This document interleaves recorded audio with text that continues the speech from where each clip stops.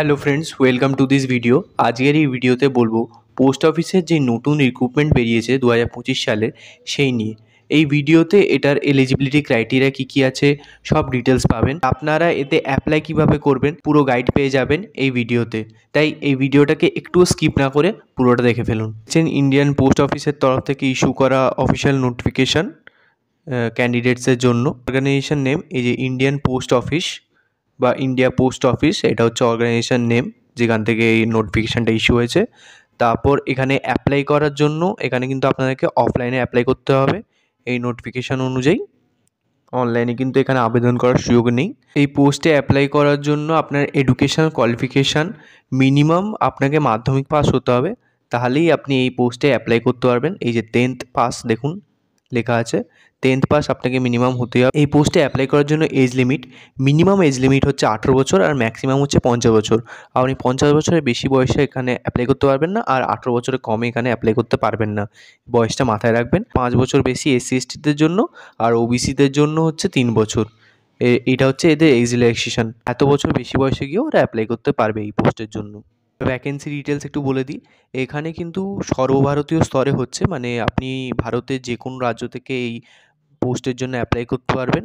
আপনি পুরুষ কিংবা মহিলা যেই হন না কেন আপনি এখানে অ্যাপ্লাই করতে পারবেন, তাতে কোনো অসুবিধা নেই পুরুষ বা মহিলার সঙ্গে। এই যে দেখুন, male and female both can apply for this. পোস্টটার নাম হচ্ছে এজেন্ট। এজেন্ট পোস্টে আপনি এখানে অ্যাপ্লাই করতে পারবেন। অ্যাপ্লাই করার জন্য অ্যাপ্লিকেশন ফি কত আমি সেটা বলে দিচ্ছি। জেনারেল, ওবিসি, ইডাব্লিউএস ক্যাটাগরিদের জন্য কোনো এখানে অ্যাপ্লিকেশন ফি নেই। এসসি এসটি পিএইচ ক্যাটাগরির জন্যও কোনো ফি নেই। এটা পুরোপুরি ফ্রি। অ্যাপ্লাই করার জন্য কোনো অ্যাপ্লিকেশন চার্জ লাগছে না। অ্যাপ্লিকেশন সাবমিশন করার ডেট হচ্ছে এই যে দেখুন ডিসেম্বর 2025, 17ই ডিসেম্বর কিন্তু এটা অ্যাপ্লিকেশন সাবমিট করার ডেট। আর আপনাদের ইন্টারভিউ হবে 20 ডিসেম্বর শনিবার। আর আপনার এটায় অ্যাপ্লিকেশানটা জমা করতে পারবেন 17ই ডিসেম্বর বুধবার। এই অ্যাপ্লিকেশান ডেটটা মনে রাখবেন, এটা কিন্তু লাস্ট ডেট অ্যাপ্লিকেশান সাবমিট করার। এটা সিলেকশন প্রসেসটা বলে দিই। এই পোস্টের সিলেকশন প্রসেস হচ্ছে এখানে কোনো রিটেন এক্সাম হবে না, আপনাদের ডাইরেক্ট ইন্টারভিউ দিতে হবে। রিটেন এক্সাম কোনো হবে না, শুধু ডাইরেক্ট ইন্টারভিউ দিতে হবে। আর তারপরে ডকুমেন্ট ভেরিফিকেশান হবে। আপনারা যেই ডকুমেন্টগুলো জমা দেবেন সেইগুলোর ডকুমেন্ট ভেরিফিকেশান হবে। কোনো রিটেন এক্সাম কিন্তু হচ্ছে না। আর এটায় কী কী ডকুমেন্টস লাগবে বলে দিই। এখানে ফটো লাগবে, সিগনেচার লাগবে, আর এডুকেশন সার্টিফিকেট, মানে আপনাদের 10th পাস করা সার্টিফিকেট, 12th পাস করা সার্টিফিকেট, এগুলো লাগবে। আপনি যেই কাস্ট থেকে আছেন সেই কাস্টের সার্টিফিকেট, তাহলে আপনারা সেই কাস্টের অনুযায়ী সুবিধেগুলো পাবেন। আর আপনাদের আইডি প্রুফ, তাহলে আধার কার্ডটা লাগবে আইডি প্রুফ হিসেবে। এই ডকুমেন্টসগুলো আপনাদের এই পোস্টে অ্যাপ্লাই করার জন্য কিন্তু জমা দিতে হবে। এবারে আপনারা এটায় ফর্ম ফিল আপ কী করে করবেন সেই প্রসেসটা আমি আপনাদেরকে পুরোপুরি দেখিয়ে দিচ্ছি। আমি ডাইরেক্ট অ্যাপ্লিকেশন ফর্মে চলে এসেছি। এইটা হচ্ছে অ্যাপ্লিকেশন ফর্ম। এখানে আপনি কোন পোস্টে অ্যাপ্লাই করছেন সেটা অলরেডি এখানে দেওয়াই আছে। ডাইরেক্ট বি মাই এজেন্ট এই পোস্টে আপনি অ্যাপ্লাই করছেন। আর প্রথমে আপনাকে এখানে দিতে হবে নেম অফ ক্যান্ডিডেট, মানে আপনার যে পুরো নাম সেটা এখানে দিয়ে দেবেন। তারপরে হচ্ছে ফাদার নেম, আপনার গার্জেন বা আপনার বাবার নাম যেটা, সেটা দিতে হবে। তারপর ডেট অফ বার্থ, আপনার যেটা জন্ম তারিখ, সাল আর মাস সেটা ঠিক করে দিয়ে দেবেন। তারপরে ক্যাটাগরি, আপনি যেই ক্যাটাগরি থেকে বিলং করছেন, মানে যেই কাস্ট থেকে, আপনি জেনারেল না ওবিসি না এসসি এসটি, সেই কাস্টটা এখানে মেনশন করে দেবেন। আর আপনার আধার নাম্বার, যেটা আপনার আধার কার্ডের নাম্বার, সেটাও কিন্তু এখানে ঠিক করে দিয়ে দেবেন। আর পাশে আছে মোবাইল নাম্বার, আপনার ভ্যালিড মোবাইল নাম্বার দেবেন, তবেই কিন্তু ওখান থেকে আপনাকে কন্ট্যাক্ট করতে পারবে। তারপরে আপনার রিলিজিয়ান সেটাও দিয়ে দেবেন, আপনি হিন্দু বা অন্য কোনো যদি আপনি রিলিজিয়ান থেকে হন সেটাও দিয়ে দিতে পারেন।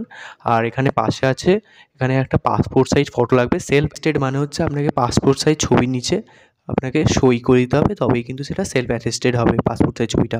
সেটা না করে কিন্তু আপনারা এখানে ছবিটা লাগাবেন না। নিচে চলে আসছি, এখানে হচ্ছে 10th ম্যাট্রিক, মানে মাধ্যমিকের আপনারা কোন বোর্ড থেকে মাধ্যমিক পাস করেছিলেন, কোন সাবজেক্ট নিয়ে মাধ্যমিক পাস করেছিলেন, কোন সালে মাধ্যমিক পাস করেছিলেন, কত মার্কস পেয়েছিলেন, কত পার্সেন্টেজ পেয়েছিলেন, সব এখানে ডিটেলসটা একদম ঠিক ঠিক দিয়ে দেবেন। তারপর 12তেও সেম করবেন। 12তে আপনি কোন বোর্ড থেকে পাস করেছেন, কোন সাবজেক্ট নিয়ে পাস করেছেন, কোন সালে পাস করেছেন, কত মার্কস, কত পার্সেন্টেজ, সব গ্র্যাজুয়েশন হতে তাই জন্য 3টে খুব দেওয়া আছে এখানে। তারপরে আপনার যদি আরও কোনো কোয়ালিফিকেশান থেকে থাকে, আপনি যদি কম্পিউটার জেনে থাকেন বা আপনার যদি আরও কোনো হাইয়ার কোনো কোয়ালিফিকেশান থেকে থাকে, সেটা এখানে আপনি দিয়ে দিতে পারেন। তারপরে আপনার অ্যাড্রেসটা ঠিক করে দিয়ে দেবেন। এখানে হাউস নাম্বার, আপনার বাড়ির নাম্বার কত, আপনি কোন স্ট্রিট নাম্বার কত, আপনি শহর থেকে না গ্রাম থেকে, সব এখানে দিয়ে দেবেন। তারপরে পোস্ট অফিস, আপনি কোন পোস্ট অফিসের আন্ডারে পড়ছেন সেটা একটু জেনে নিয়ে এখানে ঠিক পোস্ট অফিসটা লিখে দেবেন, আপনার এলাকার কোন পোস্ট অফিস।